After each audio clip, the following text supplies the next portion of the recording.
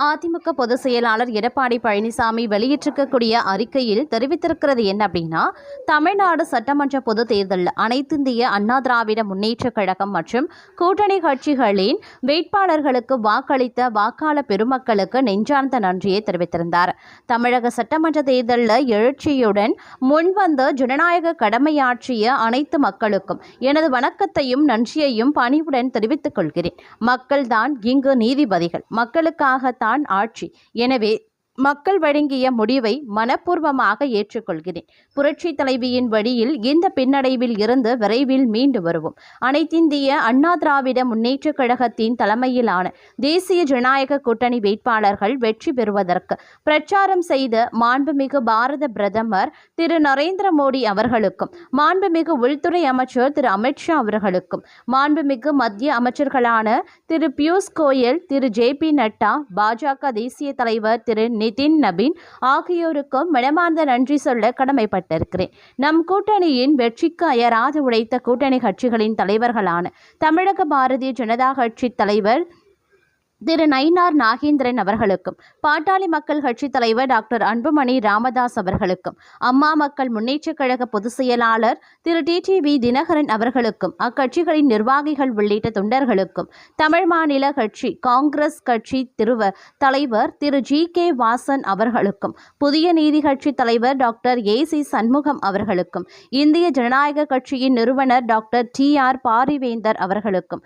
தமிழக மக்கள் முன்னேற்றக் கழக தலைவர் திரு பி. ஜான் பாண்டியன் அவர்களுக்கும், புரட்சி பாரத கட்சித் தலைவர் பூவை டாக்டர் எம். ஜெகன்மூர்த்தி அவர்களுக்கும், கூட்டணி கட்சிகளை சேர்ந்த தலைவர்கள், நிர்வாகிகள் மற்றும் தொண்டர்களுக்கும் எனது மனப்பூர்வமான நன்றியை தெரிவித்துக் கொள்கிறேன். அதோடு நமக்கு நிபந்தனையின்றி பேராதரவு அளித்த கட்சிகள், அமைப்புகள் மற்றும் சங்கங்களின் தலைவர்கள், நிர்வாகிகள், தொண்டர்கள் ஆகியோருக்கும் நன்றி என்பது போல அனைத்திந்திய அண்ணா திராவிட முன்னேற்றக் கழகத்தின் தலைமையிலான தேசிய ஜனநாயக கூட்டணியின் வெற்றிக்கு அயராது உழைத்திட தலைமை கழக நிர்வாகிகள், மாவட்ட கழக செயலாளர்கள், நாடாளுமன்ற சட்டமன்ற உறுப்பினர்கள், முன்னாள் நாடாளுமன்ற சட்டமன்ற உறுப்பினர்கள், ஒன்றிய நகர பேரூராட்சி பகுதி கழக செயலாளர்கள், கிளை, வார்டு, வட்ட கழக செயலாளர்கள் மற்றும் கழகத்தில் பல்வேறு நிலைகளில் பணியாற்றி வரும் நிர்வாகிகளுக்கும் தொண்டர்களுக்கும் நெஞ்சார்ந்த நன்றியை தெரிவித்துக் கொள்கிறேன். நடந்து முடிந்த சட்டமன்ற பொதுத் தேர்தலில் அனைத்திந்திய அண்ணா திராவிட முன்னேற்றக் கழகத்தின்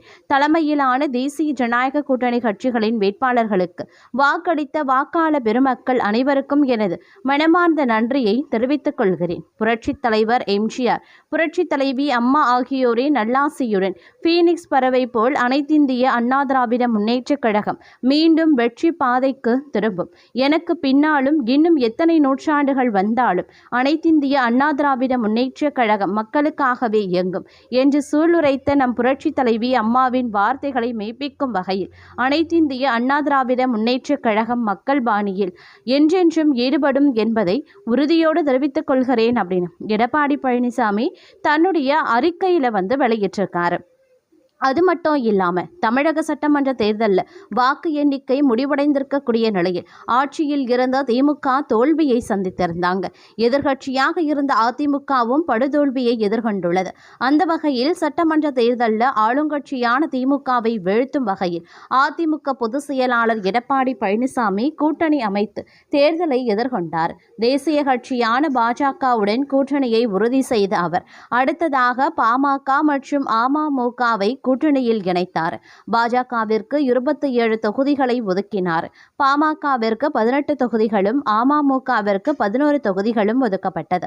இதில் அதிமுக பாஜக கூட்டணியில் இணைந்த தமிழ் மாநில காங்கிரஸ் கட்சிக்கு 5 தொகுதிகளும், ஐஜேகேவிற்கு 2 தொகுதிகளும், தமாமுகவிற்கு 1 தொகுதியும் ஒதுக்கப்பட்டது. எனவே இந்த கட்சிகள் எல்லாம் பாஜகவின் தாமரை சின்னத்தில் போட்டியிட்டது. எனவே ஒட்டுமொத்தமாக 35 தொகுதிகளில் பாஜகவின் சின்னம் களம் இறங்கியது. கடந்த முறை 4 இடங்களில் மட்டுமே பாஜக வெற்றி பெற்ற நிலையில் இந்த முறை எப்படியாவது இரட்டை இலக்கத்தில் வெற்றி பெற வேண்டும் என திட்டமிட்டது. இதற்கு ஏற்றாற்போல மத்திய அமைச்சர் எல் முருகன், தமிழிசை சவுந்தரராஜன், வானதி சீனிவாசன் உள்ளிட்ட முக்கிய தலைவர்களை வேட்பாளர்களாக போட்டியிட்டனர்.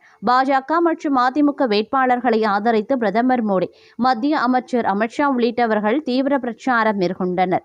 இதனையடுத்து கடந்த ஏப்ரல் 23ஆம் தேதி வாக்குப்பதிவு நடைபெற்று பெற்று முடிவடைந்திருக்கக்கூடிய நிலையில் நேற்று வாக்கு எண்ணிக்கை முடிவில் ஒரே ஒரு தொகுதியில் மட்டுமே பாஜக வெற்றி பெற்றது. மீதமிருக்கக்கூடிய 34 தொகுதிகளில் பாஜகவின் தாமரை சின்னம் கருகியது. அதிலும் தமிழக பாஜக தலைவர் நயினார் நாகேந்திரன், மத்திய அமைச்சர் எல் முருகன், தமிழிசை, வானதி சீனிவாசன் தோல்வி அடைந்தது பாஜகவினரை அதிர்ச்சியில் ஆழ்த்தியது. இந்த தோல்விக்கு பல்வேறு காரணங்கள் கூறப்படுகிறது. முக்கியமாக அதிமுக பாஜக கூட்டணியில் தொண்டர்கள் மத்தியில் ஒருங்கிணைப்பு இல்லாதது. தமிழக பாஜக தலைவராக இருந்த அண்ணாமலையின் செயல்பாட்டால் பாஜக தொண்டர்கள் மத்தியில் எழுச்சி இருந்த நிலையில் அதிமுகவுடன் கூட்டணிக்காக அண்ணாமலையை நீக்கிவிட்டு நயினார் நாகேந்திரனை தலைவராக நியமித்ததை பாஜக தொண்டர்களால் ஏற்றுக்கொள்ள முடியவில்லை என கூறப்படுகிறது.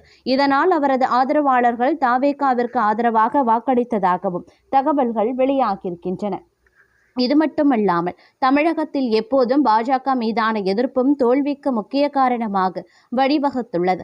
மற்ற மாநிலங்களில் ஆதிக்கம் செலுத்தி வரும் பாஜக தமிழகத்தில் தொடர் பின்னடைவை சந்தித்துள்ளதால் தமிழக பாஜக தலைவர் மாற்றப்பட வாய்ப்பு இருப்பதாக கூறப்படுகிறது.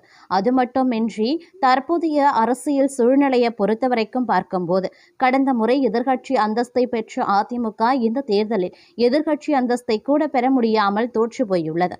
மொத்தம் 53 தொகுதிகளில் வெற்றி பெற்ற அதிமுக கூட்டணிக்கு 4 தொகுதிகளில் சசிகலா ஷாக் கொடுத்துள்ளார். சாத்தூர், முதுகுளத்தூர், தென்காசி, உசிலம்பட்டி ஆகிய தொகுதிகளில் சசிகலா கட்சி பெரும் வாக்குகளை பெற்று அதிமுகவுக்கு அதிர்ச்சி கொடுத்துள்ளது. அதிலும் முதுகுளத்தூர், சாத்தூர், உசிலம்பட்டியில் என்டிஏவின் வெற்றியை பறித்துவிட்டது என்றே சொல்லலாம். நடந்து முடிந்த சட்டசபை தேர்தலில் தாவேகா தனிபெரும் கட்சியாக உருவாகி சாதனை படைத்துள்ளது. ஆளும் கட்சியில் இருந்த திமுக எதிர்க்கட்சி அந்தஸ்தை பெற்றுள்ளது. எதிர்க்கட்சியாக இருந்த அதிமுக தற்போது அதில் இருந்து சறுக்கியுள்ளது. அதிமுக கூட்டணி மொத்தத்தில் 53 தொகுதிகளில் மட்டுமே வெற்றி பெற்றுள்ளது. பாஜக, அமமுக, பாமக உள்ளிட்ட கட்சிகளோடு கூட்டணி அமைத்து 53 இடங்களை மட்டுமே பெற முடிந்தது. அதிமுக மட்டும் 47 தொகுதிகளில் வெற்றி பெற்றுள்ளது. அதிமுக பாஜக கூட்டணியில் முதுகுளத்தூர், உசிலம்பட்டி, சாத்தூர் மற்றும் தென்காசி ஆகிய தொகுதிகளில் என்டிஏ கூட்டணி வெற்றி பெற முடியாதபடி சசிகலாவின் அனைத்திந்திய புரட்சித் தலைவர் மக்கள் முன்னேற்றக் கழக கட்சி வாக்குகளை பிரித்துள்ளது. குறிப்பாக முதுகுளத்தூர் தொகுதியில் 40,282 வாக்குகளை பெற்று அதிமுகவுக்கு மிகப்பெரிய ஷாக் கொடுத்திருந்தது. இதேபோன்று உசிலம்பட்டியில் 16,620 வாக்குகள் பெற்று அந்த தொகுதியிலையும் அதிமுக வேட்பாளருக்கு பேரிடியை கொடுத்தது. குறிப்பாக சாத்தூர் தொகுதியில் நயினார் நாகேந்திரன் தோல்விக்கும் சசிகலா பிரித்த ஓட்டுக்களே காரணம் என சொல்லப்படுகிறது. சாத்தூர் தொகுதியில் சுமார் 6,000 வாக்குகள் வித்தியாசத்தில் திமுக வேட்பாளர் கடற்கரை ராஜிடம் தோல்வியை சந்தித்திருந்தார். அதே நேரம் சசிகலா கட்சி வேட்பாளர் இசக்கி ராஜா சாத்தூர் தொகுதியில் 11,602 வாக்குகள் பெற்றிருந்தார். இந்த வாக்குகளில் கிட்டத்தட்ட பாதி வாக்குகளை பெற்றிருந்தாலும் கூட நயினார் நாகேந்திரன் வெற்றி பெற்றிருப்பார். மொத்தமாக 30 தொகுதிகளில் களமிறங்கிய சசிகலா கட்சி 1,04,006 வாக்குகளை பெற்றுள்ளது. குறைந்தபட்சமாக ஆம்பூர் தொகுதியில் 87 வாக்குகளை பெற்றிருந்தது.